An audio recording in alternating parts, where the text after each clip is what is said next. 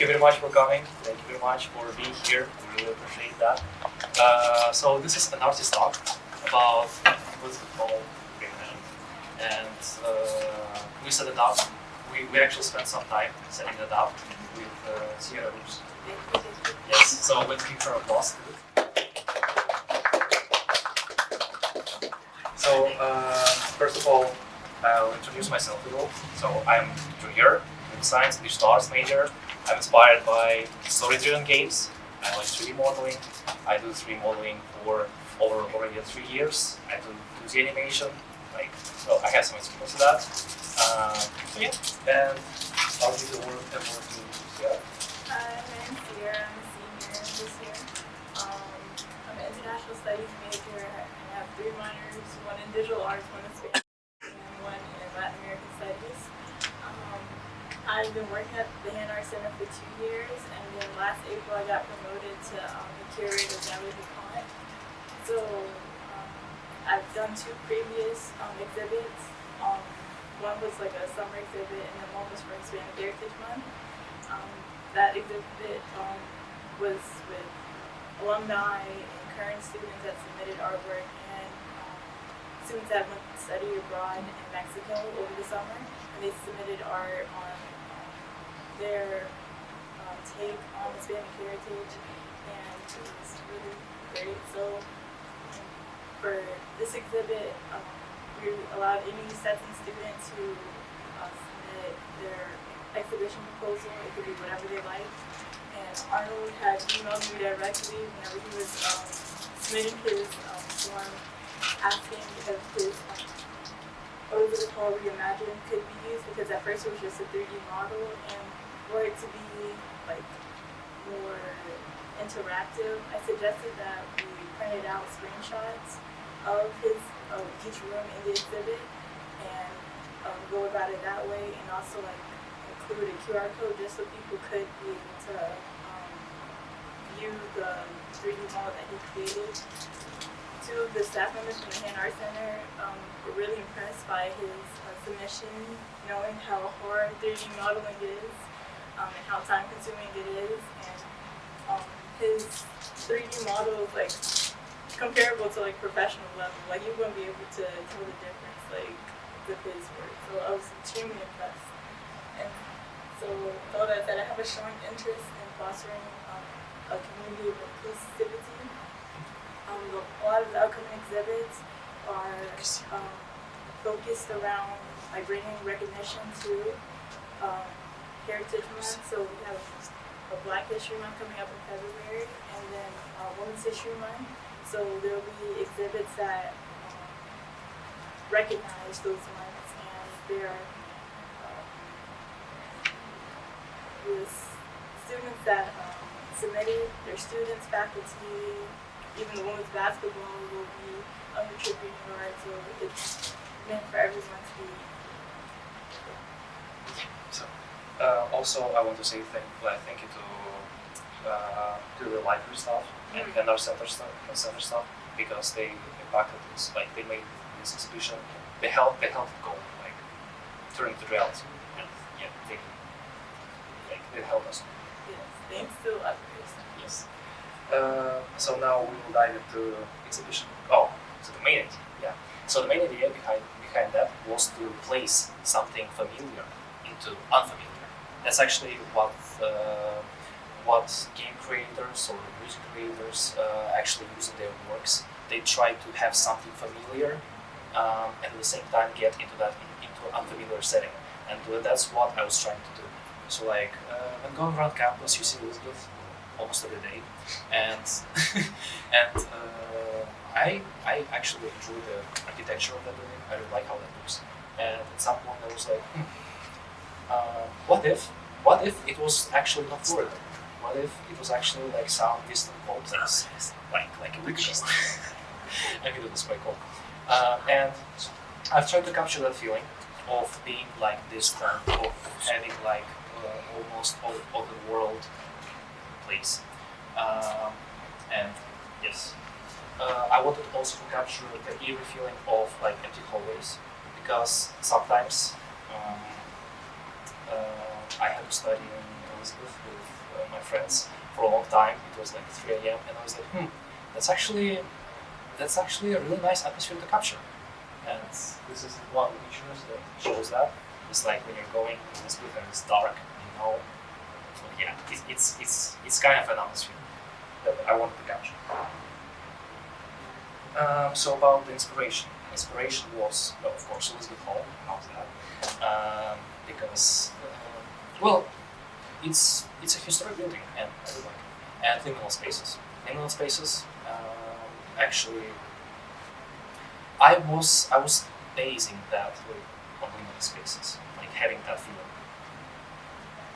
And I would like to dive into some exhibition pieces. By the way, you will find all of them upstairs on the second floor, right through the window. It's at the end. I will show you. And so the first one is outside.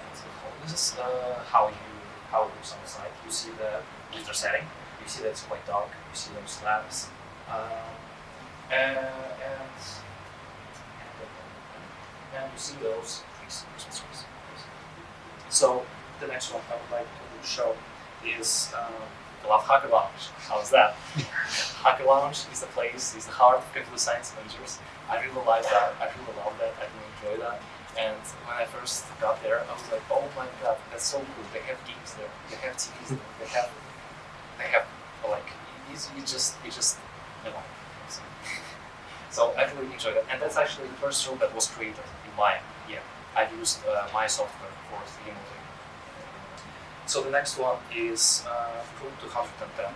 Room 210 is the room, also the heart of computer science majors, because the majority of classes happen there, and like a lot of time you actually spend there. And you see that cat on the desk. That's actually a reference to a show that was going around computer science majors, like drawing a cat on a board. And I wanted to capture that too. So the next one is the chapel. The chapel is a building which exists more than 100 years, which is more than 100 years old, and it's just astonishing. It's I really like how that looks.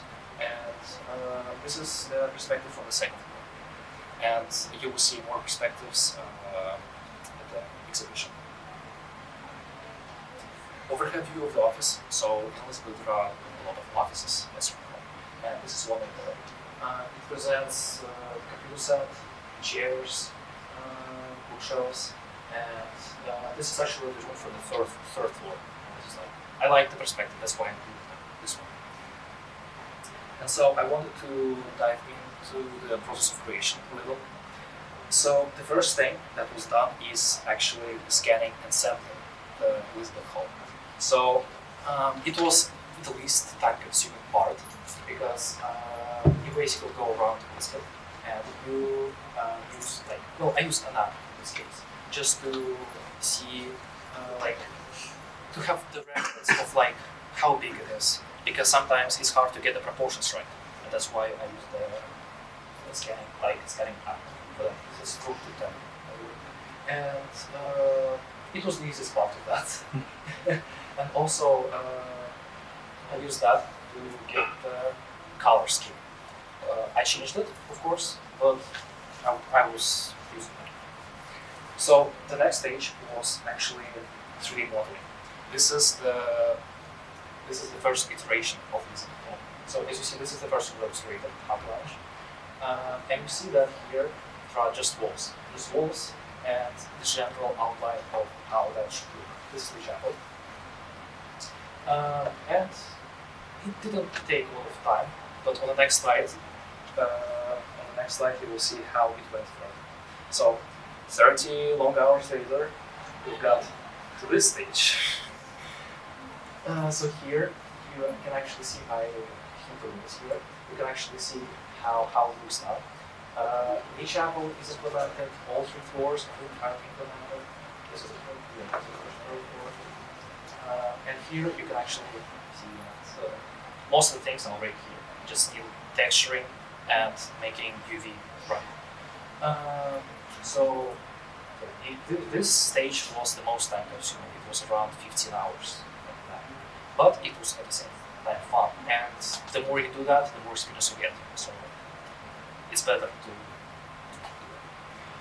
that. And the third stage. The third stage was texturing. Texturing was quite tedious task because I'm not a fan of texture, to be honest. it's not my thing. I like modeling more. And here you can see that textures already here, and this is the Unity environment. This was basically Unity environment. So the thing was, after I modeled Elizabeth, without textures, I had to replace every object again because it would be hard to get texture on every object again. So I had to basically redo that from the start and replace objects. But at this stage, it's almost final. You can see that most of the things are replaced. These lights, by the way, are light sources. It's from the Unity environment. And well, this is almost the final product. There's just no roof and some minor details. Maybe I can show you the details. Oh, this is the chapel. Yeah. This is how it actually looks from inside.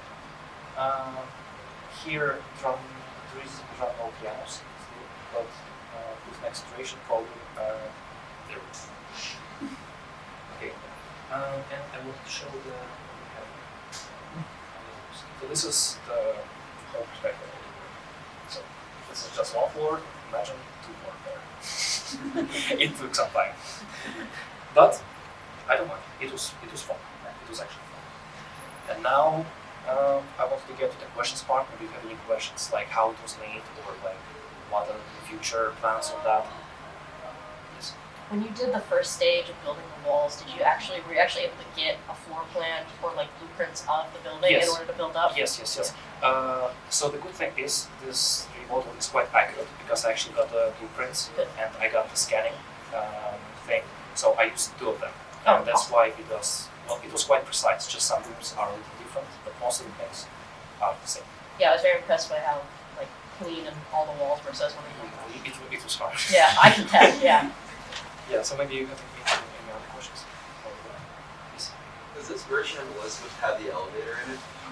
Actually, no. That's an outdated, the little outdated version of this one. Yes. Yeah. So for that first stage with scanning, you mentioned you had blueprints, but what device did you use to scan the building at once? You mean for blueprints? Right. For blueprints, there were blueprints on the floor of Elizabeth. So I just took them, and the device I used, it was my phone, and you can find it on GitHub. It's called Live Scanner. If you need that, just ask me and I'll provide it. So any other questions? Yes? Did you take the first 3D animation with Chen? Yes. Did you have to like scan yourself in? Is that the same software? Yes, Okay, it's the same software. And after that, we've done that. It was crazy to see that at such a large scale. Because even just scanning one person was a bitch. Kind of another question, I guess, about like that class, because I'm assuming you took that with Chen. Yeah. I'm in the 2D class right now. Is that class like super difficult? 2D class? Or Yeah. 3D? Did you feel like the experience you got from that class like helped you make this? 2D. The 3D class. 3D class. Mm-hmm. 3D class, yes. It gave the basics, and at first it was one of the projects for 3D class, and then I already like. Oh, you like expanded on it? Yeah, I expanded on that like that. That's really cool. Yes. You did mention you're inspired by video games generally. Do you have any specific ones that may have influenced this project? Yeah, I would say that Portal 2 influenced me a lot. I'm not sure if you noticed that, but I'm inspired by Portal 2, and those like seven things like where like, well, actually we must make this again. Like it's all about those things. Yeah. Any other question? Yes. I know you said you didn't like texturing, but what was your favorite thing to make a texture for, if you have it?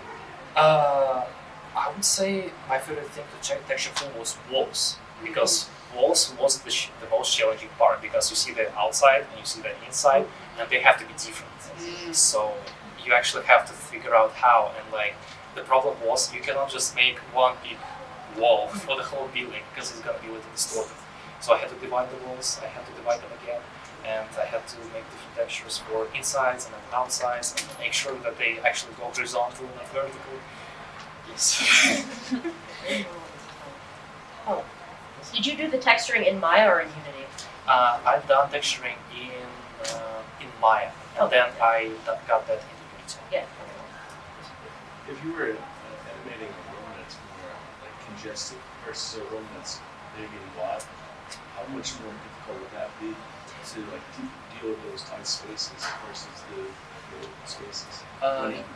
You mean, Like for example, the computer science lounge versus just the